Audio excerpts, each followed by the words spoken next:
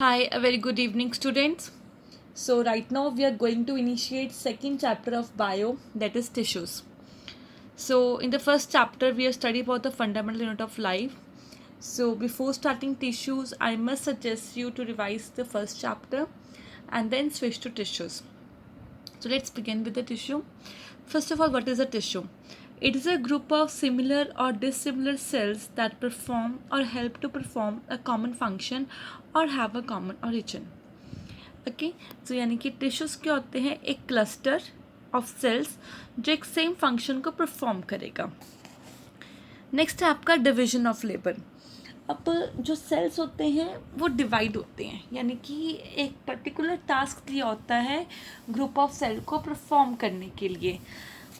When different components of the body take up different functions like movement through contraction and relaxation of muscles, conduction of messages by nerves, transport of oxygen, food, waste material by blood in animals, और conduction of water and food by vascular tissues in plant. तो ये सब different types of task हैं और जो work हैं जो एक ग्रुप ऑफ टिश्यूज़ या ग्रुप ऑफ सेल्स परफॉर्म करेंगे, तो उसको बोलते हैं हम डिवीजन ऑफ लेबर. यानी कि वर्क को डिवाइड कर देना है. जैसे कि हमारे ब्रेन में नर्व्स होती हैं, अब कुछ नर्व क्या करेंगी, हमारी बॉडी से सिग्नल लेंगी और कुछ नर्व्स क्या करेंगी, हमारी बॉडी को सिग्नल देंगी. ठीक है. So there are specific task which are assign to a group of nerves और ग्रुप ऑफ सेल्स और ग्रुप ऑफ और a tissue. Now study of tissue is called a histology. Now what are the importance of tissue? Formation of tissues has brought about division of labour in multi cell organism. अब एक single cell organism है, उसमें सिर्फ एक ही cell है, उसमें कोई tissue form नहीं होएगा बिकॉज उसमें सेल ही एक है.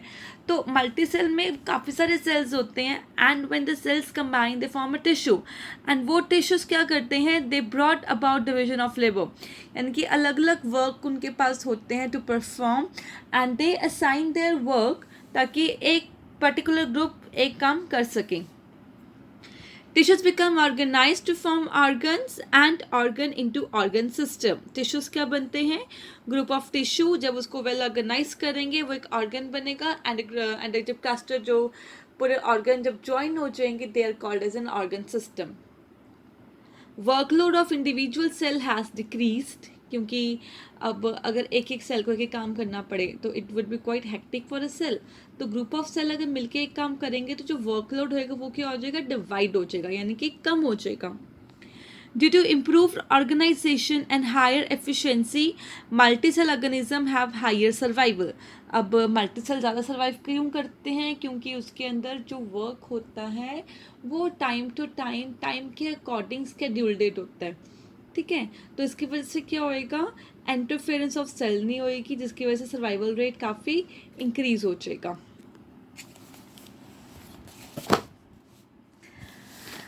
Now are plants and animals made up of same type of tissues? Obviously no, क्योंकि दोनों का रिक्वायरमेंट अलग है. ठीक है. उन सब में अलग अलग मोबिलिटी, यानी कि प्लांट्स नहीं मूव कर सकते, फिक्स्ड होते हैं, और जो एनिमल्स होते हैं वो मूव करते हैं. ग्रोथ, अब प्लांट्स की ग्रोथ क्या होती है, इनडेफिनाइट, डिफाइन ही नहीं कर सकते, लेकिन एनिमल की ग्रोथ एक पॉइंट पे आके रुक जाती है. स्ट्रक्चरल ऑर्गेनाइजेशन, अब इनके अंदर भी ऑर्गन सिस्टम्स होते हैं, लेकिन इनका जो एज़ कम्पेयर टू प्लांट्स इनका जो बॉडी स्ट्रक्चर होता है वो काफ़ी सिंपल होता है. डिटेल में बताती हूँ मैं आपको. Plant tissue. Most of the plants are stationary and remain fixed at one place. That is, they do not move from one place to other place. They need comparatively less energy. Therefore, most of the tissues of plants are supportive in function and provide mechanical strength. इनको less energy चाहिए तो उसके जो इनको क्या maintain करना है, इनको अपना बॉडी का पॉस्चर मेंटेन करना है, इनको अपने अंदर फ्लेक्सिबिलिटी, रिजिडिटी लेके आनी है. So these tissues are like thick wall, lignified and dead. That is they do not contain any living protoplasm. Examples collenchyma, xylem tracheids and vessels. इसके बारे में हम आगे पढ़ेंगे. Animal tissues are not stationary and move from one place to another in search of food, mates and shelter. They need more energy as compared to plants. Therefore, animal tissues are made up of a living cell. For example, nervous tissue, muscular tissue, connective tissue, and so on. Growth of the plant is indefinite. Plants grow throughout their life with the help of certain tissues located in certain regions in the body. For example, they possesses meristematic tissue in root apex and shoot apex. Root end में और shoot end में उनके पास होते हैं meristems. ठीक है, meristematic tissue होता है, वो ग्रोथ में हेल्प करेगा. Which divide throughout the life and add new cells to the body. Brief में पढ़ेंगे हम इसके बारे में भी. Growth of animals is definite. It is not confined to certain region of the body. तो ये लिमिटेड नहीं होती है उसकी. ऐसा नहीं है कि हमारा हाथ लंबा हो ही जा रहा है. नो, सब सारे क्या होंगे, एक ही पॉइंट पे आके सबकी टर्मिनेटिंग स्टेट होती है. The structural organization of plants is not complex as compared to that of plants. Sorry, यहाँ पे आपका animals आएगा. The structural organization of plants is not complex as compared to that of the animals. अब animals में जो arrangement होता है that is more complex as compared to plants. And plant tissues are not much complicated. ठीक है, वो simple tissues होते हैं, ज़्यादा complicated वो नहीं होते. The structural organization of organs and organ system of animal is much more complicated as compared to that of plants. So ये कुछ मैं आपको 3 differences बताए हैं between plant tissue and animal tissue. ठीक है, so kindly note it down in your notebook. अब हम पहले पढ़ेंगे plant tissue. ठीक है, अब plant tissues होते हैं 2 टाइप के होते हैं, meristematic and permanent. तो these are 2 type, meristematic tissue and permanent tissue. So आगे जो meristematic है वो 3 parts में divided है, apical meristem, lateral meristem and intercalary. Permanent tissue simple and complex. Simple आगे 3 part में divided है, parenchyma, sclerenchyma, collenchyma. Sclerenchyma के 2 part है, fiber and sclerites. Complex tissue आगे 2 पार्ट में डिवाइडेड है, जाइलम एंड फ्लोएम. जाइलम के 4 पार्ट्स हैं, trachea, dwell cells, xylem parenchyma, xylem fibre and phloem के 4 पार्ट्स हैं, sieve tube, companion cell, phloem parenchyma and phloem fibre. So these are the parts. मैंने आपको एक तरह का एक चार्ट सा बना के दिखा दिया है. ठीक है, सो हम 1 by 1 करके इनके पार्ट्स को स्टडी करेंगे. आपको बुक में से ही पढ़ा रही हूँ, कुछ डाउट हुआ देन मुझे बता देना, I will clear it.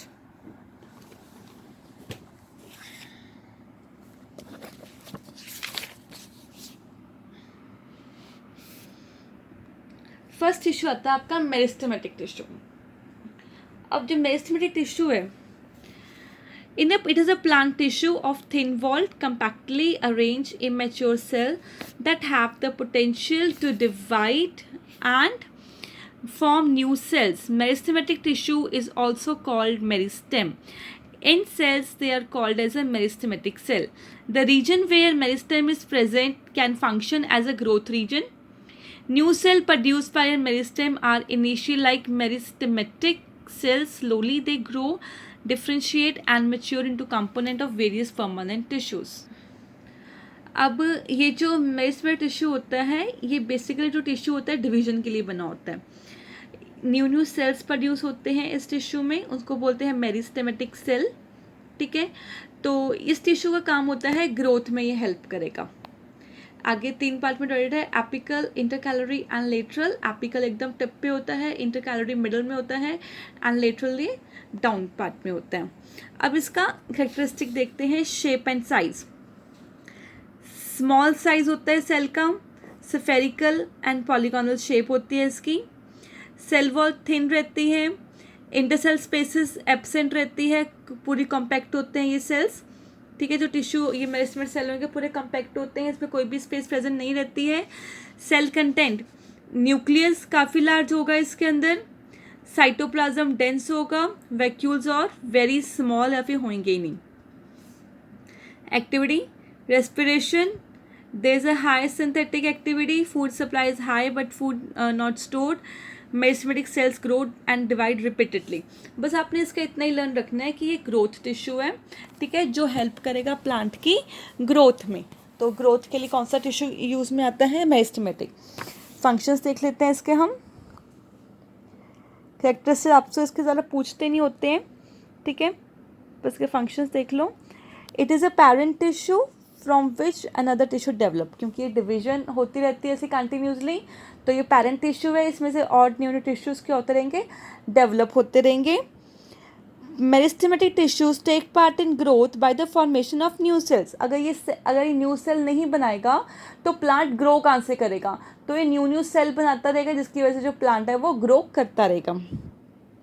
Plants continue to produce new leaf, stem, branches, flowers, fruits, root hair, root branches and they are found by the meristematic cell. तो जो भी प्लांट्स के अंदर न्यू न्यू फॉर्मेशन होती है वो with the help of meristematic tissues ही होती है।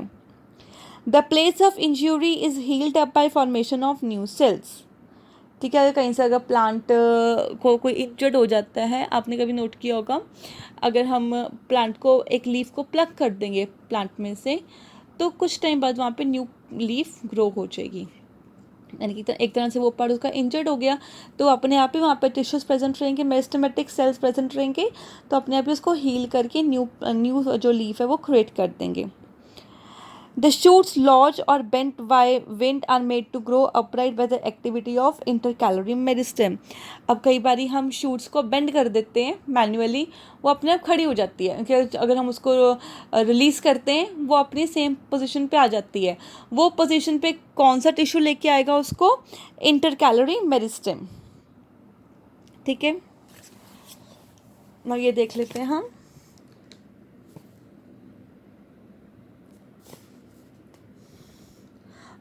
ये आप टिश्यू देख रहे हो, लोकेशन ऑफ मेरिस्टेमेटिक टिश्यू, सबसे ऊपर पार्ट में एपिकल मेरिस्टेम है, बीच में इंटरकैलरी एंड लास्ट में lateral meristem.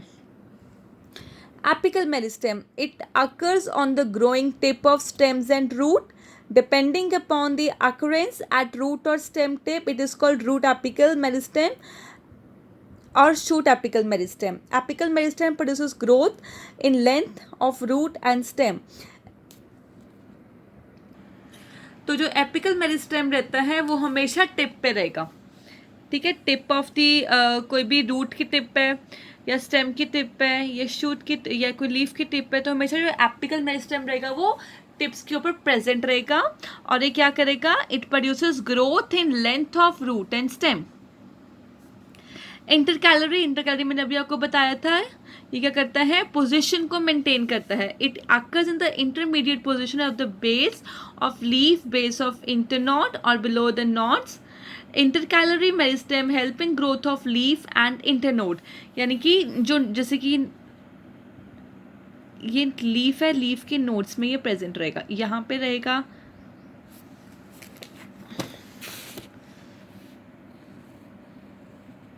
Suppose this is a leaf, यहाँ पे रहेगा हमारा एपिकल मेरिस्टेम, और जो ये नॉड होएगा, सपोज यहाँ से एक और लीफ है, ये नॉड बन रहा है, इस नॉड में आपका इंटरकैलरी मेरिस्टेम रहेगा। इसका फंक्शन क्या होता है, ये हमारे पूरे प्लांट को फिक्स पोजीशन पे मेंटेन करके, जैसे कि हम प्लांट को बेंड करते हैं, ये उसी पोजीशन पे ये आ जाएगा।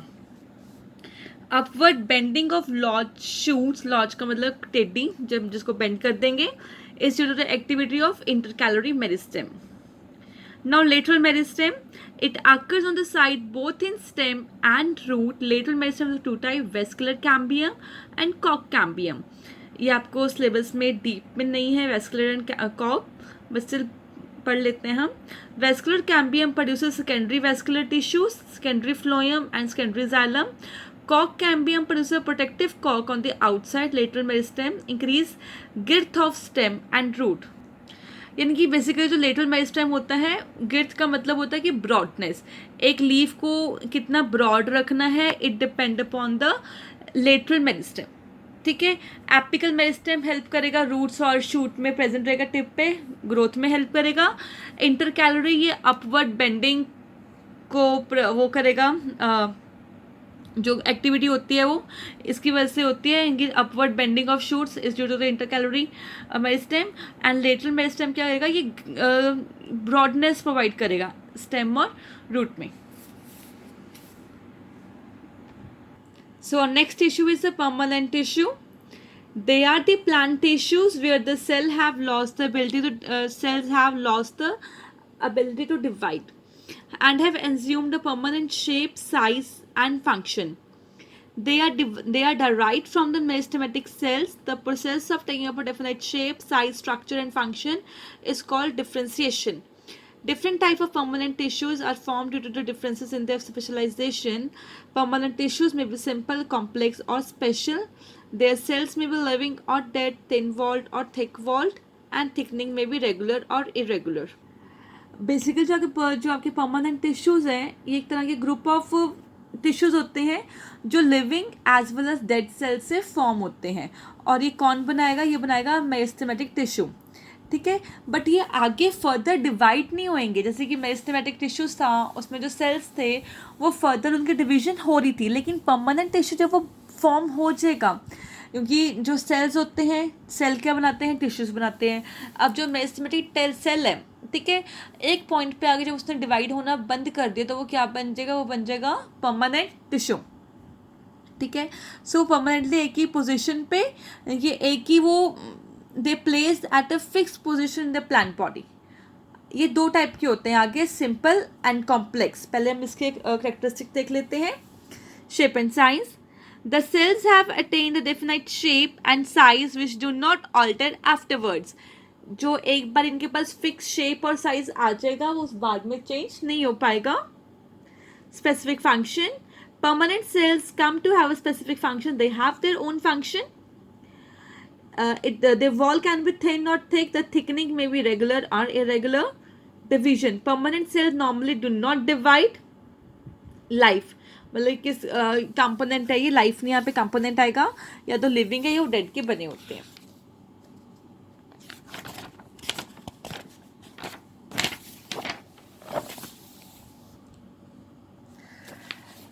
मोस्ट इंपॉर्टेंट क्वेश्चंस यूजुअली तुमसे पूछ सकते हैं इस कि डिफरेंस क्या होता है between meristematic and permanent.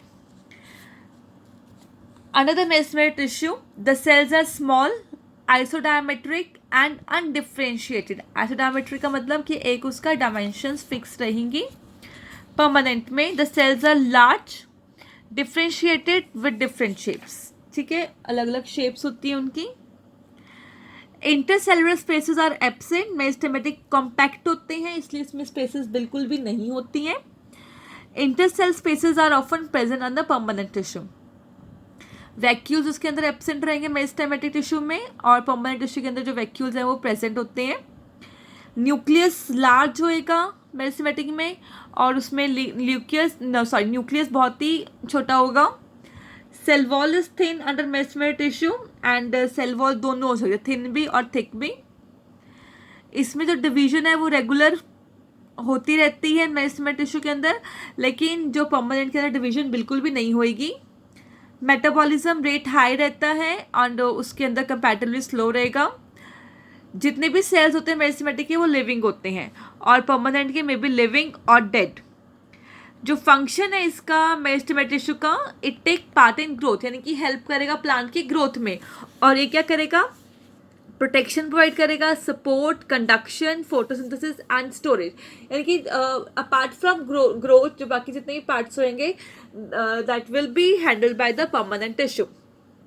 So I am done with today's video. इतना आप पढ़ो, बाकी जो आपके पास एक्स्ट्रा बुक है उसमें से भी इसको एक बारी रिकॉल करना. If you face any doubt then just contact me and I will upload its notes as soon as possible.